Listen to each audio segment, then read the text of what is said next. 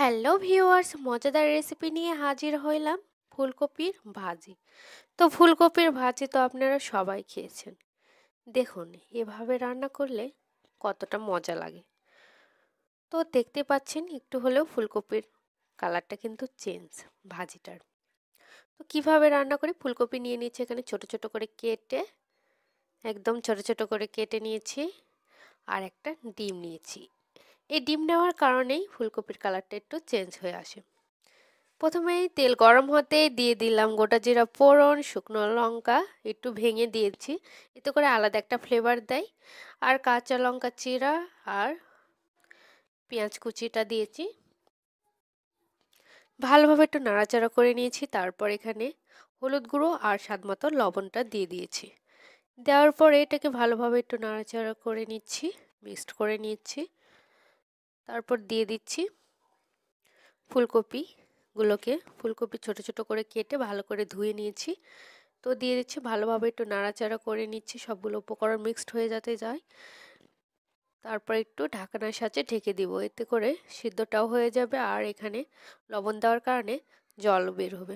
তো বারবার এভাবেই কিছুক্ষণ ঢাকনা দিয়ে আমি এটাকে ভেজে ভেজে নিব। এতে করে আলাদা আর জল দিতে হবে না, এতে করে সিদ্ধ হয়ে যাবে আর ভাজা ভাজাও হয়ে যাবে। তো নতুন বন্ধুদের আমার অনেক অনেক শুভেচ্ছা ও ভালোবাসা। পুরাতন বন্ধুদের জন্য অনেক অনেক ভালোবাসা ও শুভেচ্ছা ও অভিনন্দন। তারাও যেন সামনে এগিয়ে যেতে পারে, আমিও যেন তাদের আশীর্বাদে সামনে এগিয়ে যেতে পারি।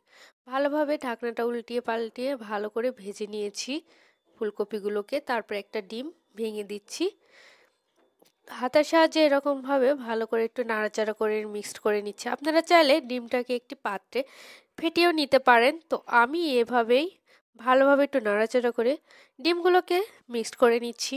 এতে করে ভালোভাবে ফ্রাই হয়ে যাবে, ফুলকপিও ভাজা হয়ে যাবে এবং ডিমটাও ভালোভাবে গায়ে গায়ে লেগে যাবে। এতে করে মজাটা লাগবে।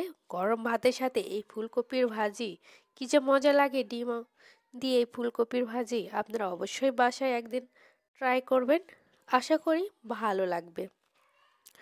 নতুনভাবে ভিন্ন রকমভাবে একটু খাবার খেলে কিন্তু ভালোই লাগে। তো আমার হয়ে গেছে দেখতে পাচ্ছেন। তারপরে আমি এটাকে একটি পাত্রে পরিবেশনের জন্য নামিয়ে নিচ্ছি। ধন্যবাদ সবাইকে।